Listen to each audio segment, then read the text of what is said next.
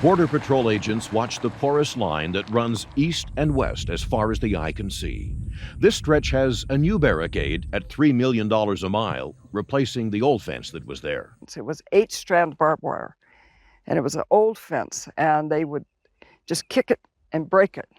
And we were constantly fixing fence to keep our cattle from going to Mexico.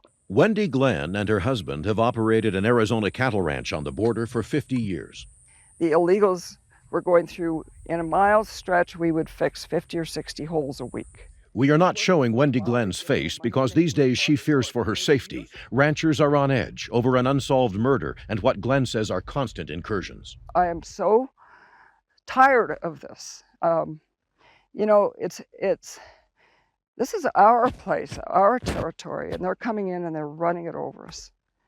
And it's it's hard to be tolerant. Here, 150 miles north of the border, the Arizona legislature said no more and began a movement for states to take on immigration enforcement themselves.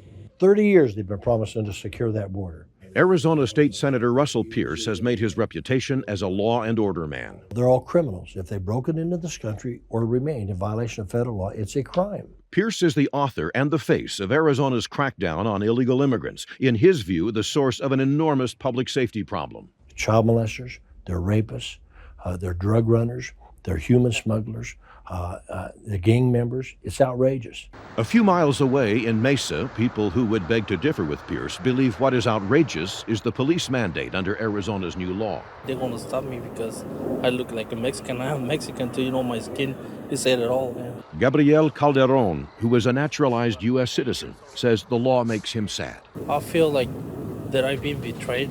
Carmelo, who has no papers, says people are afraid. The reality is the people are leaving from other place away from here. It's the community as a whole that's leaving. They're not even looking at, you know, if it's illegal or illegal, because it's kind of all combined. This supermarket manager says since passage of Arizona's law in April, so many Hispanic customers have left Mesa, sales have fallen 25%. That is not the economic impact trumpeted by Senator Pierce. Here's the cost of not enforcing the law. In Arizona, $2.7 billion to educate, medicate, and incarcerate. I would imagine he said something like it's costing the taxpayer $2.7 billion to educate, medicate, and incarcerate. Kevin Gibbons is an immigration attorney in Phoenix. It's a great line. Those aren't facts. They're not based in facts. He just threw out numbers. That's not true. Gibbons lost to Russell Pierce in a lopsided Republican primary, a race between two men from East Mesa, both members of the LDS Church, but sharply divided on this issue. As such, their Senate race became Arizona's referendum on immigration. Gibbons, as a moderate, found himself without a political base.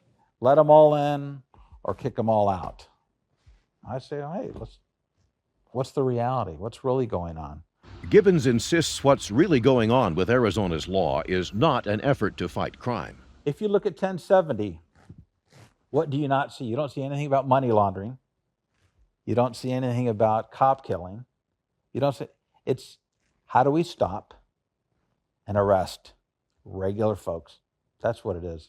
The first line in 1070 is attrition through enforcement.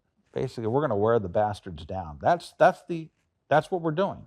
That's the objective, and make it so miserable that they'll leave.